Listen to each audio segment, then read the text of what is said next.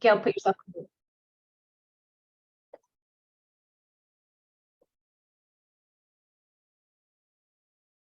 Hello, everyone, and thank you for joining the webinar today. Let's go ahead and get started. Next slide.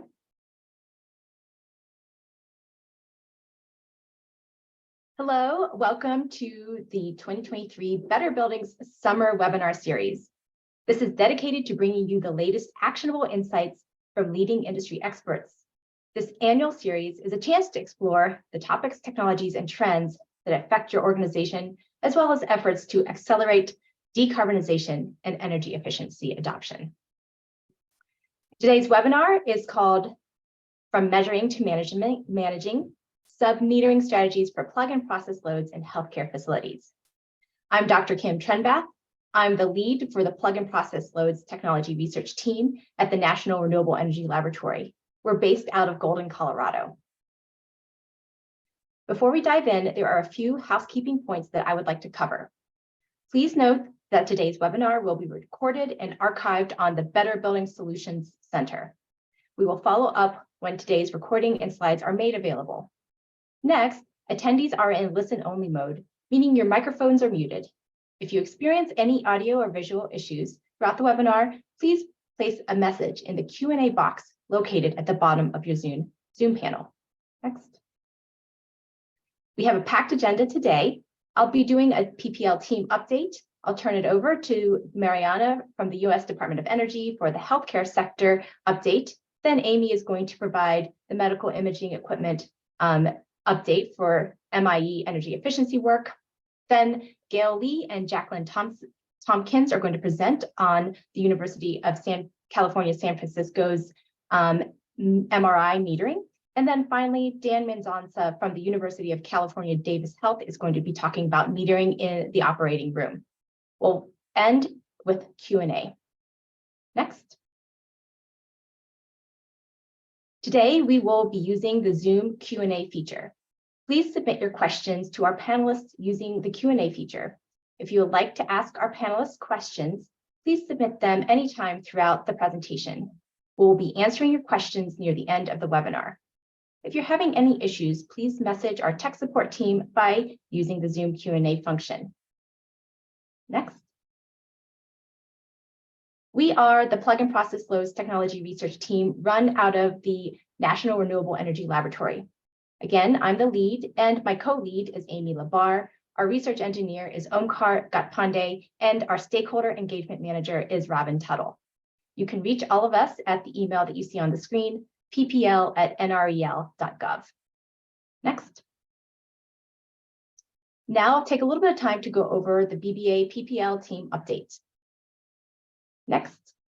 As always, you can find a lot of resources on our PPL website. The link is here, and you'll receive this when you, at the end of the call, when you get the deck. Our email is ppl@nrel.gov, and if you need to reach us at any time, you can reach us there. On the website, we have a lot of resources that will help you save energy in your buildings related to plug and process loads. We have resources, fact sheets, and we also have recorded webinars that you can watch on demand. Next. Speaking of these resources, I want to feature a few on this call before we dive in. Some of our two most recent webinars include the following that you see at the top here. The first one is Boots on the Ground, Understanding Real-World Energy Use, Management Strategies and Technologies for Plug Loads and Beyond. This was a plug load metering study at a military facility. It talks about how which plug loads were the most prevalent and had the highest percentage in this facility. The other webinar that I want to bring your attention to is one on process loads. This is called Trust the Process, Strategies for Reducing Larger Commercial Building Plug and Process Loads. In this webinar, we had presenters from a design and construction firm, as well as a data center talk about the strategies that they used to reduce these larger loads. Moving on down, we have a guidance document that aligns with that webinar. This is reducing commercial building process loads and refrigeration unit energy consumption. Some of these larger process loads include vertical transportation, water handling, and food handling. We talk about how we can reduce these in your commercial buildings. And finally, we have the fact sheet, automatic receptacle controls, or ARCs. And this fact sheet talks about why they are important and what they are.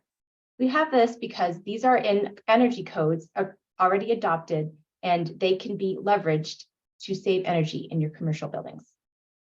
Next. At this time, I'm pleased to introduce Mariana Ejeda-Casaduc from the U.S. Department of Energy. Thanks, Kim. Next slide. All right. Like Kim mentioned, my name is Mariana Ejeda-Casaduc, and I'm a fellow with the Building Technologies Office, and I lead strategic engagement with the healthcare sector through Better Buildings.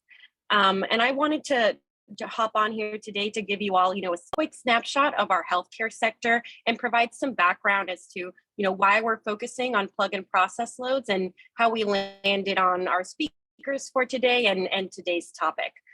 So our Better Buildings healthcare sector consists of about 44 healthcare organizations. As of 2021, these partners have saved in energy costs, $340 million across 700 million square feet. And they all are pretty aware that in order to meet their decarbonization goals, they need to prioritize energy efficiency and reducing on-site energy consumption.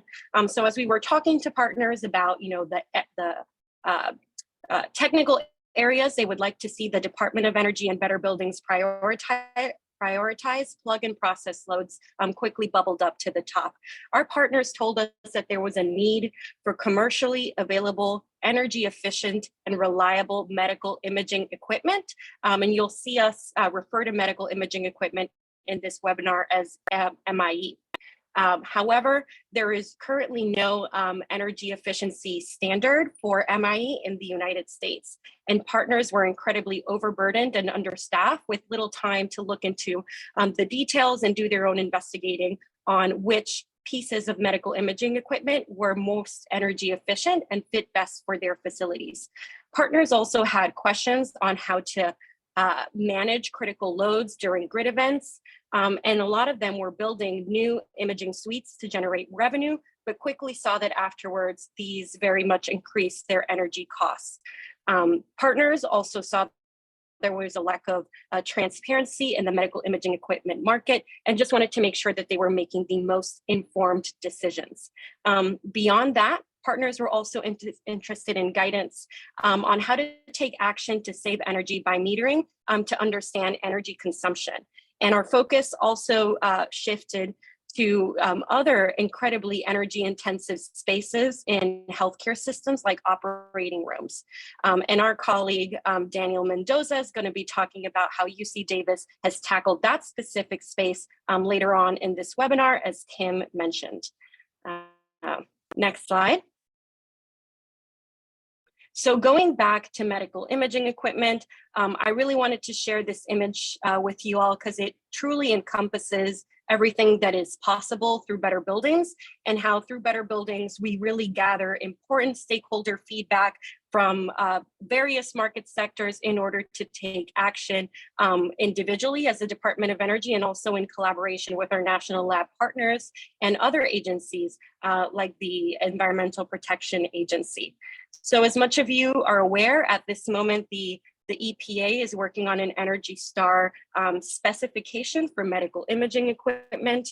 And on our end, we're working with the National Renewable Energy Laboratory to conduct field studies with a lot of our more entrepreneurial partners. So right now, we're collaborating with UCDAVIS and the University of Michigan on metering MRI equipment. That data will then be shared with the EPA team to inform Energy Star. And as we're collaborating with our partners, some shown here, some are not, we're going to be collecting and documenting best practices to share with the wider sector. So just a small peek into everything that's possible when we collaborate and we discuss how to best overcome these very complex barriers to decarbonization. And with that, we can go to the next slide, and I'll hand things over back to the NREL team. Thanks, Mariana. This time I want to pass it over to Amy Labar. She's going to be talking about the work that NREL has done on medical imaging equipment, energy consumption, and metering.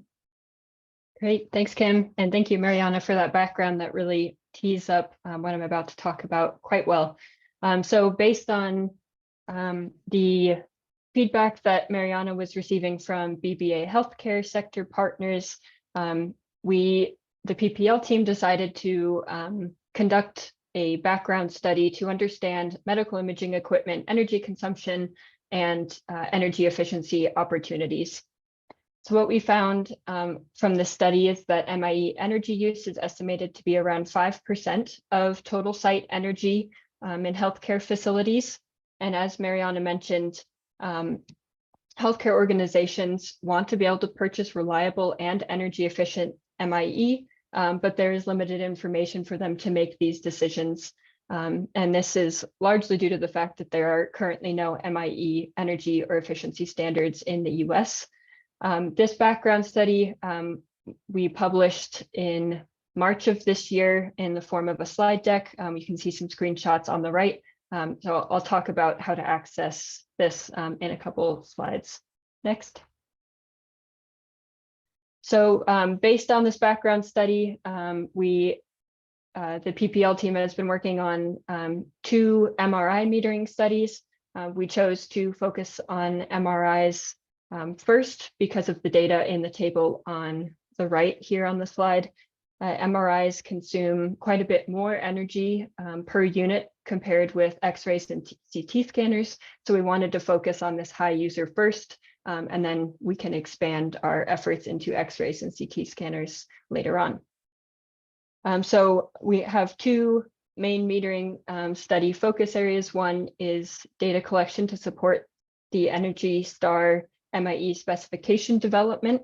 So we're working with a few healthcare facilities on that one. And then we are going to go even a step further and investigate MIE energy consumption trends with some additional metering studies as well. Next slide. All right, so here are our 2 resources, publications that you can access from this work. As I mentioned, we published our background research as a slide deck back in March. So that is the second link in the second bullet there. And then we have also summarized the information from that background research in the form of a fact sheet, which is a 2-page document that gives you the key findings from the study. It's a quick read, so a good one to share amongst the organization and understand current state of MIE energy consumption and efficiency opportunities. Next. We are always interested in connecting with other healthcare facilities on MIE work. So if you're interested, please send us an email listed here, and we'd be happy to connect with you. And with that, I'll hand it back to Kim to introduce our technical presentations. Thank you, Amy. Well, we have a great lineup of presenters for today. Our first presentation is going to be from Gail Lee and Jacqueline Tompkins. I'll introduce their bios first, and then also our second presentation is from Dan Mendonça, and then I'll introduce his bio as well at this time. Gail Lee has over 30 years of experience in healthcare, environmental health and safety in public, nonprofit, and private industries. She is currently serving as the Sustainability Director at the University of California, San Francisco. Gail's particular interests lie in helping healthcare institutions known for their 24/7 operations, energy usage, and waste generating activities reduce their environmental impact. Her work as a healthcare practitioner, environmental health specialist, and EH&S director provides a strong background for championing sustainability at UCSF. Jacqueline Tompkins is a mechanical engineer at Mazzetti. She has been working on healthcare design for 5 years In 2021, she joined the research team for the UCSF MRI study and the ASHRAE medical imaging equipment energy and heat gain study. She has been working with hospital partners, industry leaders, and manufacturer partners to help bend the climate curve in our healthcare spaces. Our second presentation is going to be from Dan Mendonca.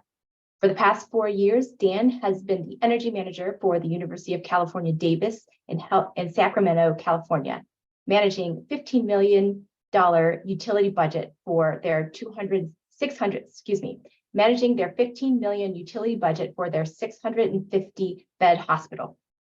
Previously, Dan was the County of Sacramento's energy manager for 13 years, and he was covering 6 million square feet of buildings. Dan has over 30 years of experience in designing, auditing, and managing mission-critical facilities throughout the United States. Thank you all for being with us today. Next. And with that, I'm going to hand it off to Gail Lee and Jacqueline Tompkins to kick us off.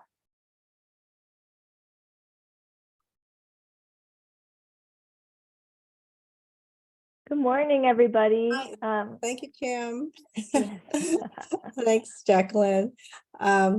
So let me just give you a little bit of background. So UCSF is one of the 10 UC campuses that is 100% graduate healthcare focused research and healthcare. And we, back in 2018, we started to see information from all three of the MRI manufacturers making claims about efficiency, energy efficiency, and throughput. But when I inquired for more detail and data about their energy use, I wasn't able to get that information. So we thought, MRIs, most likely we assumed, did use the most energy of all the medical equipment in the health system. And so I was thinking if there's a way that we can measure the energy use ourselves. UCSF had 18 MRIs at the time, and we currently have 22. But we thought this would be a great way for us to collect the data ourselves. And then we started to realize that the MRIs that we had were pretty much what we call the conventional versus those that are making energy efficiency claims. So we reached out to UC Health, the 5 UC health systems, and they total had an inventory of 77 MRIs. And we thought surely we should be able to do the research on our own, meet our own MRIs, and be able to identify if there were any significant differences between the conventional and those making energy efficiency claims. But UC Health was also a member of the Healthcare Climate Council, which makes up 18 of the largest health systems in the country. And so we reached out to them to see if any of those health systems were interested in participating in this metering study. I submitted for a grant to the UC Office of the President, and we received that in 2019. Then soon after, when COVID hit, we were not allowed to enter any of the hospitals to send our electricians to install meters on the systems. And that delayed a lot of the work. But in the meantime, we developed project criteria and standards and tried to identify how to make all of our metering consistent and be able to compare apples to apples. And that gave us a good opportunity to develop really standard metering and analyses protocols. And then in 2022, we started to see the options for non-health staff to enter the healthcare facilities. And then that's when we actually dove in and started doing the metering. Next slide. So the research collaboration was not just UC and UC Health. We also reached out to radiology departments and our industry, radiology US wide, because I spoke with our health physicist who was very engaged and very interested in what we were doing. We also reached out to Mazzetti, engineering consulting expertise, to help us with the metering. I also reached out to US EPA, our colleagues there, to see if there was interest in this data, and we would be happy to share that data with them. It was certainly something, all of the work that we're doing, we just want to move forward our ability to reduce our energy and reduce our carbon emissions. So it's certainly something we're helping to collect raw data for. Next slide. So as we were talking to the three manufacturers, one of them became very interested, and they recognized that healthcare had not really inquired about energy efficiency or demand from them in the past. And he started to realize that this was something that they actually were had been thinking about. And they came up with the idea of a net zero radiology department. So their plan was to install permanent meters on almost all of our MRI installations, regardless of brand. And then they would identify how much of that electricity used was related to carbon emissions, and then they would offset those carbon emissions and be able to call the whole department a net zero radiology department. So that was kind of the thinking behind that. We had temporary meters on several of the MRIs, but they decided that for this net zero idea would be that it wouldn't just be for 1 year, but it would be ongoing, in which case they needed to install permanent meters. And they didn't realize at the time that to install permanent meters, we need an OSHPD permit, which is like California's regulatory authority in hospitals. This permanent meter installation did require a permit for that. But overall, this idea really got a lot of people thinking, and we thought that was a great way to kind of incentivize the industry to make some changes. Next slide. So these are the MRIs that we identified that had made claims of efficiency, like throughput efficiency or energy efficiency. And then we started to look at the inventory of the 77 MRIs across the health system and look at metering an equal amount of these brands and models that are making the energy efficiency claims versus the conventional MRIs that most all of us had. And so we realized that even then we weren't buying enough of the new ones to have the same number of conventional and energy efficiency models. So that's when we started to reach out even beyond UC to the Healthcare Climate Council. Okay, so Jacqueline, you want to jump in here? Yes. So yeah, as far as the number of meters that we have tested already, we've tested 6 MRIs at UCSF Health last summer. And we're currently projected to test more at our other hospital partners across the country due to Mazzetti's partnership and work on the ASHRAE medical imaging equipment study. So our method of testing between both of those, it's very similar. So we're able to use that same data across both.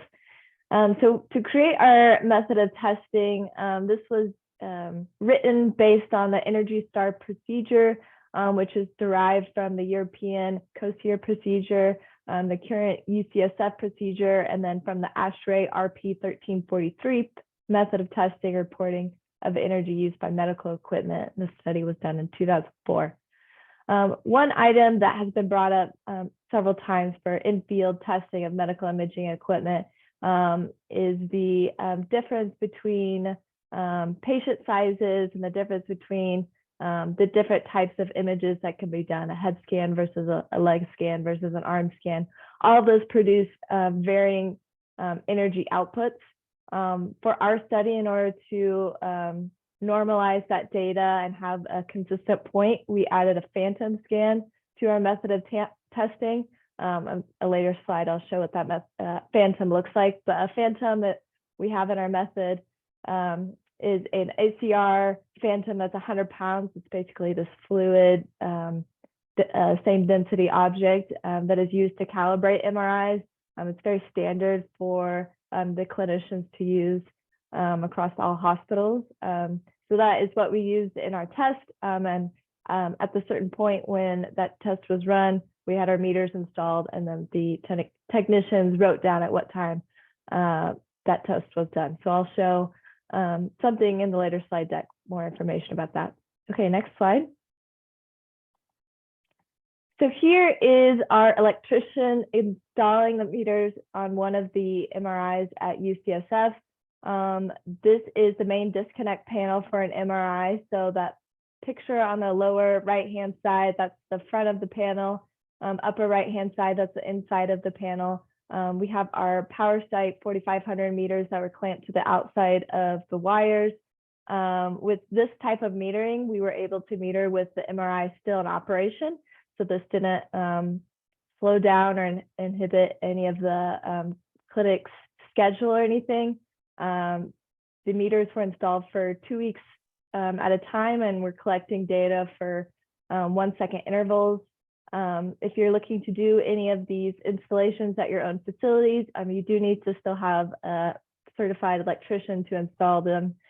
Gail mentioned earlier about the Siemens study and installing the permanent meters. For those permanent meters that were installed, they did have to turn down the machine, so it is more effort to install them, but you don't have to keep the panel open like we did have to for these temporary meters. So just understand the difference between the two. And again, with those permanent meters, it did require a little bit longer just to get the OSHPD permits set in place. So, but either way, I think they were both successful. If you would go to the next slide. This is a graph that shows one of the MRIs over a 24-hour period. The rises and falls you can see are when the MRI scan is in operation. It's all collected at 1 second intervals. For our data analysis, we worked with Bruce Nordman from Lawrence Berkeley National Laboratory, and he helps with the data analysis.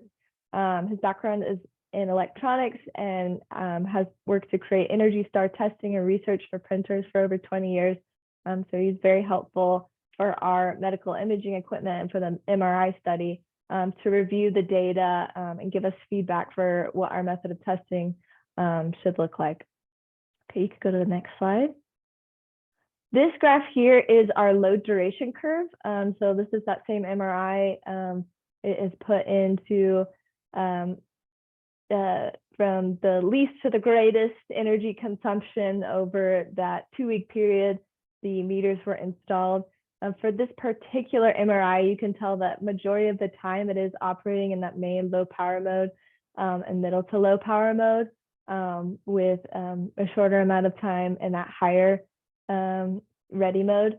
And so it is going to be different for each and every single healthcare building due to if you have a hospital with a 24/7 imaging capabilities, or if you're working in an outpatient facility.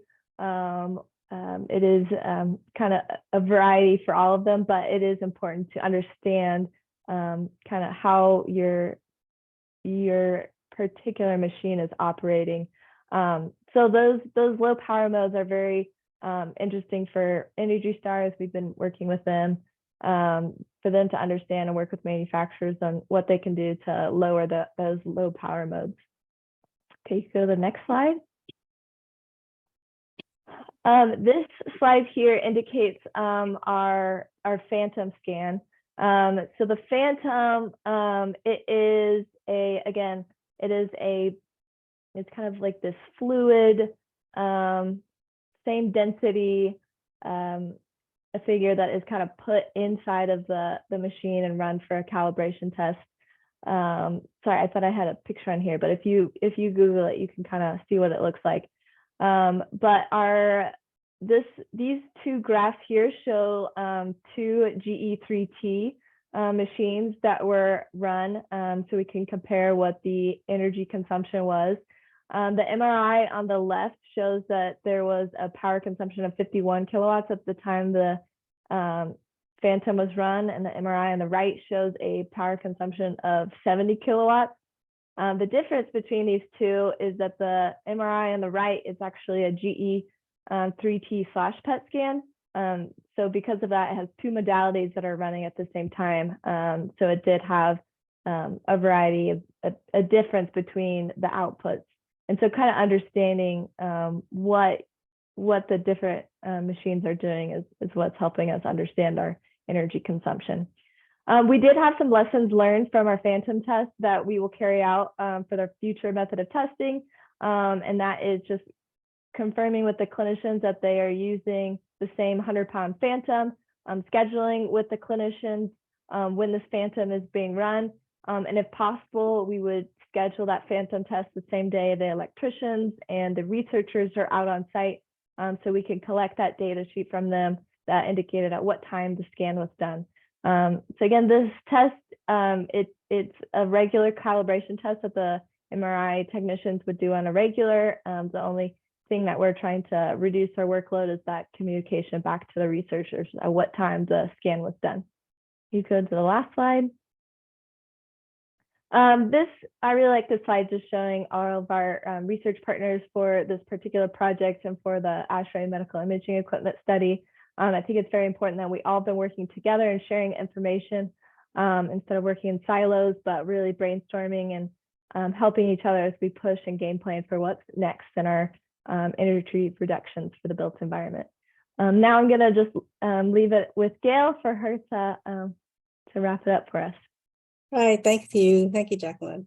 So by the end of the UCOP funded study, we had 6 MRIs, and they had encouraged us to wrap it up because we had taken so much time waiting with COVID to get our electricians in.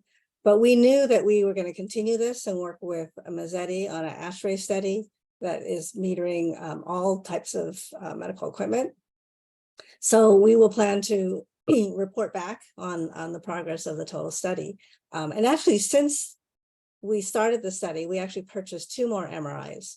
And our health physicist initially did not think that the energy consumption of the MRI would make any difference in the selection of a new MRI, mainly based on the clinical needs of the patient would far outweigh any energy efficiency savings. But then he realized, all things being equal, if there were 2 machines that did have the same clinical benefit, but one was more energy efficient than the other, then that would make sense that it would contribute to making the best selection on both those conditions. And then he went on to speak more about this with his industry organizations and brought up the subject so that now it's really something that radiology departments are thinking about. How can they reduce their energy demand from the equipment that they select, and also how can they reduce the demand based on the clinical needs and the selection of diagnostic imaging equipment. So that was a good way to get that conversation going. And now there's much more interest in healthcare on reducing their energy demand and their carbon emissions. So we're still looking for the final conclusions on this data. We'll be working with Mazzetti. We'll extract some of that data from the ASHRAE study, specifically for MRIs, and we do plan to publish the results of that study at that point. And the other thing that we think really was a true benefit of this is that the industry now is recognizing that healthcare is interested in energy efficiency and is interested in reducing our carbon emissions. And they're starting to pivot in thinking about how they can provide services and products that meet those needs. So thank you very much for letting us speak, and we'll take questions afterwards. Thank you, Gail. Thank you, Jacqueline. Excellent presentation.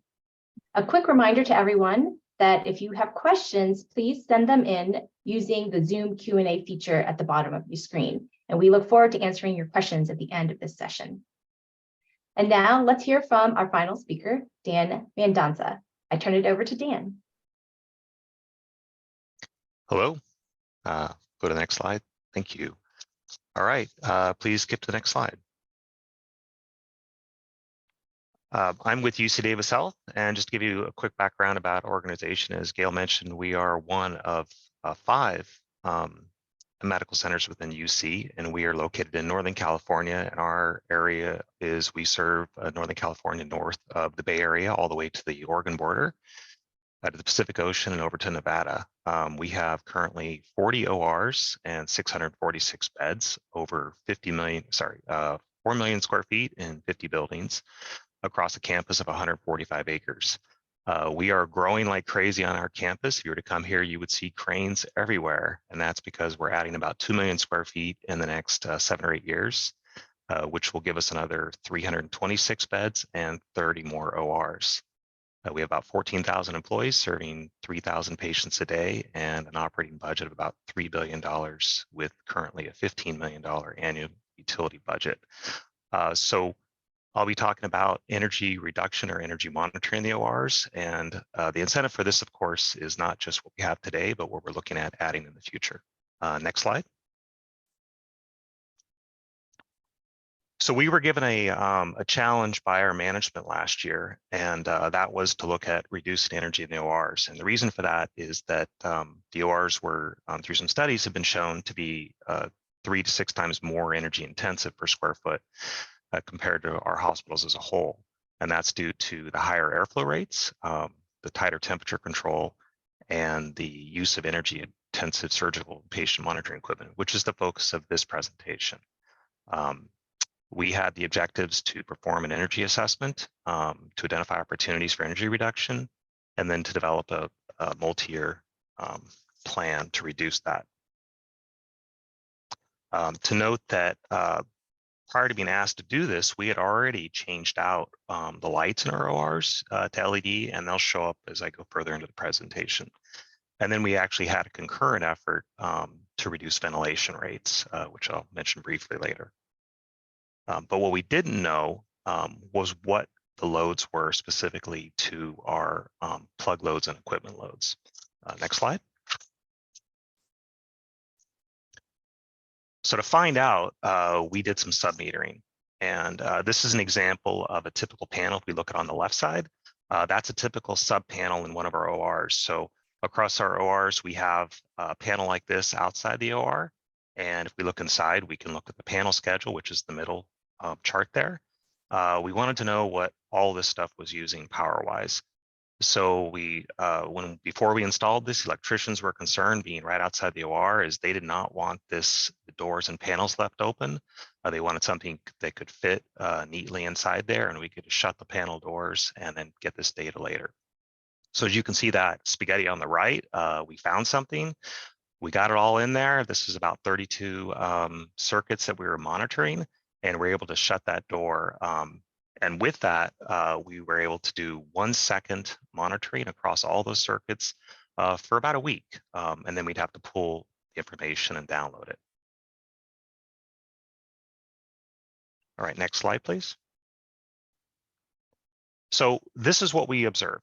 As we tried to consolidate across those circuits, things together, we had perimeter lighting.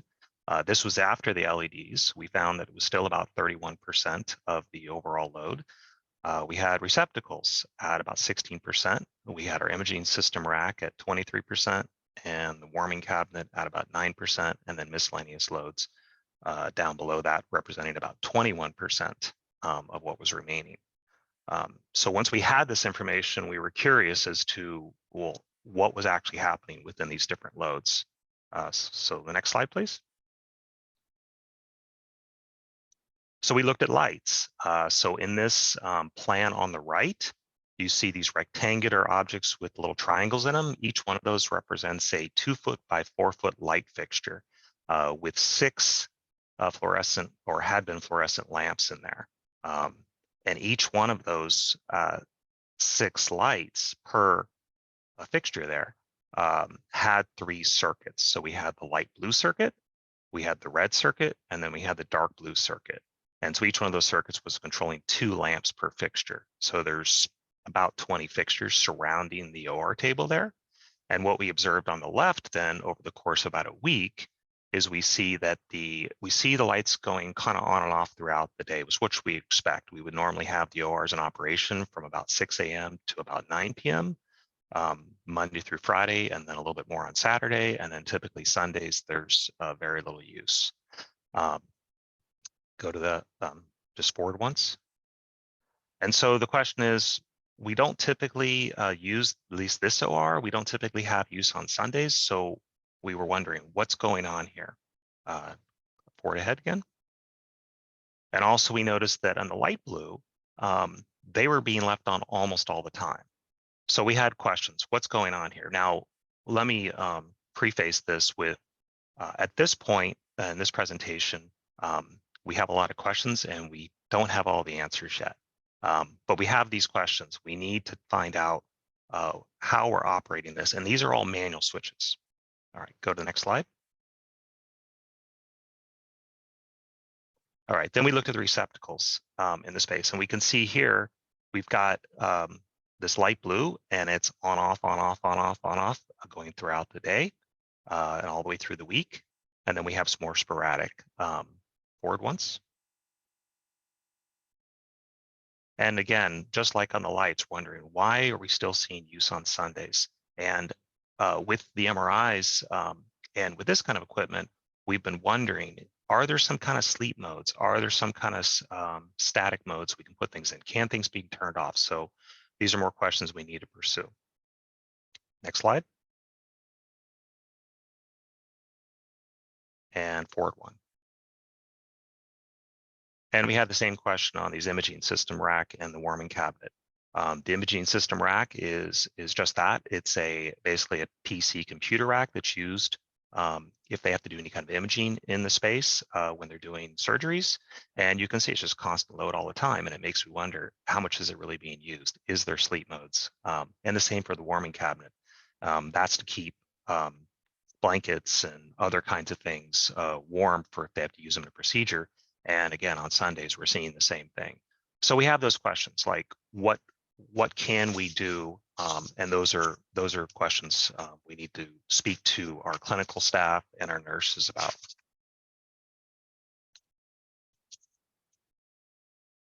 Okay, go to the next slide, please.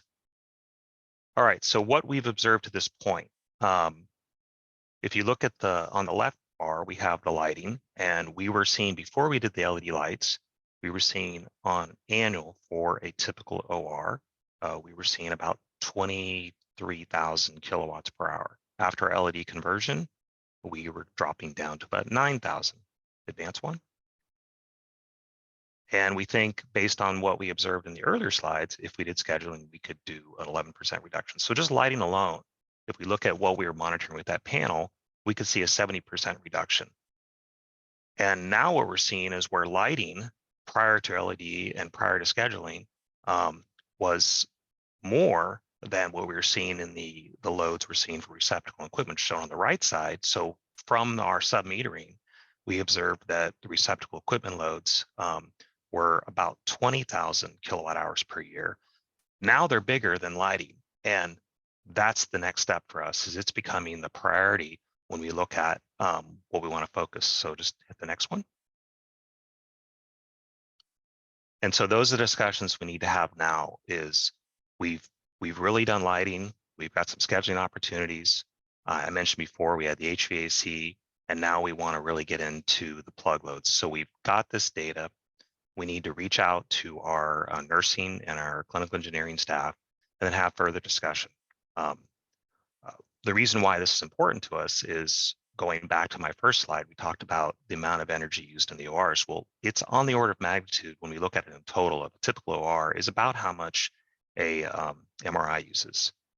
So as we're starting to do our new projects, we want to look at these things, whether it's ensuring, obviously we have LED lights with good controls. We look at things like HVAC setbacks, but as we're picking equipment and we're deciding how to operate that equipment as we go forward, we want to apply the best strategies to make sure our ORs are using much less energy. Next. Thank you very much. Thank you, Dan, very much for your presentation. Excellent job. All right, so we have some time to move on to our Q&A. If you haven't already, please submit questions that you have for our panelists using the Zoom Q&A feature. We're going to try to get to as many of these questions as possible. And it looks like we do have a chunk of time to answer a lot of your questions. So the first question that I'm going to address is something for the PPL team. This question is about the resources, I believe. And the question is, how can these tools be used to make life better for the very old who rely intermittently on healthcare facilities? And I want to address this because I think it's really important to note that any energy efficiency work that we do always prioritizes patient comfort and patient services to the patient. So the number one priority is for the hospital and healthcare facility to be able to operate in a way that is efficient and effective for the doctors and the patients and the other healthcare providers. The resources that we have on the PPL website focus on not just healthcare facilities, but also all commercial buildings. So those resources will provide guidance for things that might cross over from healthcare to commercial buildings, such as food prep, general plug and process loads in office spaces, and other PPLs. All right, so the next question that we have is for Jacqueline. The question is, was the scope just electrical meters, or did you monitor chilled water usage as well? Yeah, so for this project with UCSF, it was just for the electrical metering. The other project that we are working on with the ASHRAE medical imaging project is also to determine the heat gain and energy usage. So in that heat gain, we are doing a water metering effort for MRIs and linear accelerators and any other medical imaging equipment that use a water-cooled system. So we will be metering the energy usage just the same way we did with the UCSF study, and then at the same time be installing water meters on the chilled water cooling, the supply and return side. So yes, we will be collecting that data in a future study that is happening at the moment. Thanks, Jacqueline. Another question for you. What type of meters were used? Yeah, so for this particular meter, or this study, we used PowerSight 4500s. There are a variety of volt amp meters that can be used. For our study, since we were doing 2-week time periods at collecting at 1-second intervals, we did want to make sure that the meters were had enough data storage capacity so that it held all of our data when we took it off. There are other meters that you can install and you can look at and get in time and upload the data through Wi-Fi and see it happening right then and there. That's another study Mazzetti has done with plug load study. We use those type of meters, but and in order to know what kind of meters to use, again, for our method of testing, it was written based on that European COSIR procedure. So it really gives definitions of what types of meters to use as far as your test setup and what your requirements are. And that's all based on the International Electrical Commission code 62354 edition 3.0. So a lot of us who have created method of testing, Energy Star also refers back to this as well. And all of this is published online, so you can find it there. Thanks, Jacqueline. My next question is for Gail. Has any of this research been shared with the California Energy Commission? So, yeah, it's an interesting question. We hadn't thought about sharing it with them, but we do plan to, when we actually publish the study, the results of the study, we want to make it available to any organization that's interested in it, and be sharing it as widely and as broadly as possible so that we can really push forward this whole effort to decarbonize healthcare. Thanks, Gail. I'm going to move on to a question for Dan. Did you install split core CTs or solid core CTs? We did split core as a way to just install them without having an impact on the operations, but we always coordinated that and did that in low use times. Thanks, Dan. Another question about metering equipment. What kind, such as make, model of submeters were used in the OR at UCDAVIS? Well, first, we were only measuring current, and then we did spot measurements on voltage. And then we were using products available through Hobo and Onset, but there are plenty of manufacturers out there, Fluke and whatnot, that make these. We just found those work best for us. And as I mentioned earlier, one of the things we wanted to make sure was we could close the cabinets. So we're looking for something that was relatively small that also fit in that tight space. Thanks, Dan. So this next question is also related to metering, and I'll just go ahead and ask it again because I'm not sure if we completely covered it. So we'll go to Dan first and then Jacqueline after. So all presenters, please address your choice of temporary and permanent submeter equipment and how you chose them, and if you have any preferences. Well, as I mentioned, we wanted something small that would fit in our panels. One of the other things is something that you could easily pull data. So we were looking for systems that didn't require us to necessarily bring out a PC, plug in a cable. For this application, we used ones where you could pull the modules and then plug them in back in our office. We have other ones we've used in similar studies where you can read them with the Bluetooth. But these were all temporary, and I think Jacqueline can comment on the concerns about the permanent meters. Yeah, so for ours, the ones that Mazzetti electrician installed were the temporary meters, and that was just to help with getting those meters installed quickly, as we had a lot of MRIs to test, and then going forward too with our other hospital partners, we will have up to 10 machines running at one time of testing. So because of that, we wanted to use the temporary meters. For the permanent meters, those are great if you want to do continual reviewing of what your energy consumption is. And if you're doing something like Gail was talking about, of looking at net zero energy and understanding what your energy consumption is, and being able to continual monitor, permanent meters are great. But again, if you do install permanent meters, you do need to get permits to install those. So it does just take a little bit more time to get that installed. So you just need to understand that when you're in the process of that. Thanks, Jacqueline. Thanks, Dan. Excellent answers to these questions. All right, we'll go back to Gail. I'm curious to know any of the mentioned lessons learned from the MRI phantom test. What is one of the ways these lessons learned translates to better testing procedures in the future? Okay, well, let me back up first and talk about why we chose using the phantom in the first place. Because when we looked at the types of scans, we had to go through patient information, and that's all subject to HIPAA privacy. And we recognize that the challenge of getting that data. We had originally thought if we could be consistent in a specific type of scan, like a brain scan or like a pituitary scan or something very specific, and we just looked at the energy use for that specific type of scan, that they would be consistent. But tracking, pulling that information from a patient's file was very challenging, and it required another level, a step of approval that we chose not to proceed. So then we look for what's something else that we can be more consistent. So we know every MRI has to have a calibration. The calibration is done with a very defined phantom.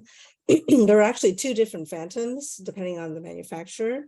So we tried to at least be sure that wherever we were taking the data from, it was the same phantom, the same 100 pounds with the same density, so that we have a very defined, specific scan that could be reproduced at every MRI. So that was all the thinking behind that. To make it a better, what was the question? Yeah, I don't know if that improves the testing methodology, but I think that actually is the most consistent way that we could do it. So Thanks, Gail. that answers the question. Thanks. Yes, it does. Excellent. So we got the questions rolling in. Please keep on going. I have a question for Dan. Was HVAC energy use considered or monitored in the OR study?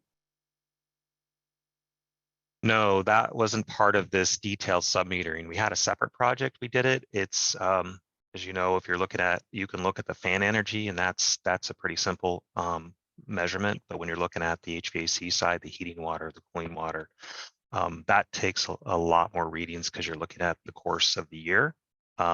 And within our time window, we didn't have time to do that kind of submetering. Thanks, Dan. Another question for you. What ACH are your ORs running at during surgery and in off hours? Code minimum or something above that? And also a comment, we've had challenges convincing clinical staff that more air is not necessarily better. This is a whole nother topic, but just at a very high level, we bring in on our existing ORs, we are 100% outdoor air. We are 25 to 30 air changes an hour. Our medical staff would only let us drop to 12, code minimum 6. But we got that, and we'll take what we can get for our new facilities. We are not 100% outdoor air, and we are designing them to drop to 6.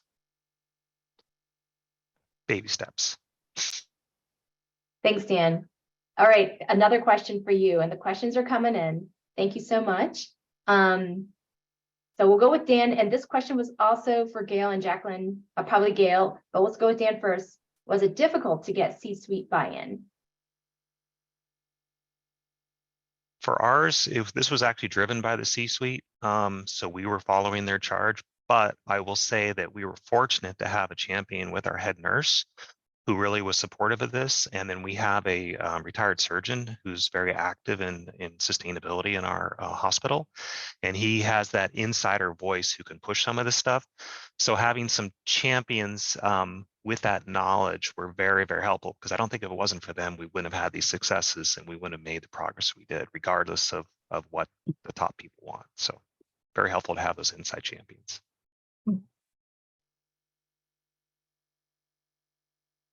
Thanks, Dan. Exactly. Great to have a champion. Gail, the same question. Was it difficult to get C-suite buy-in?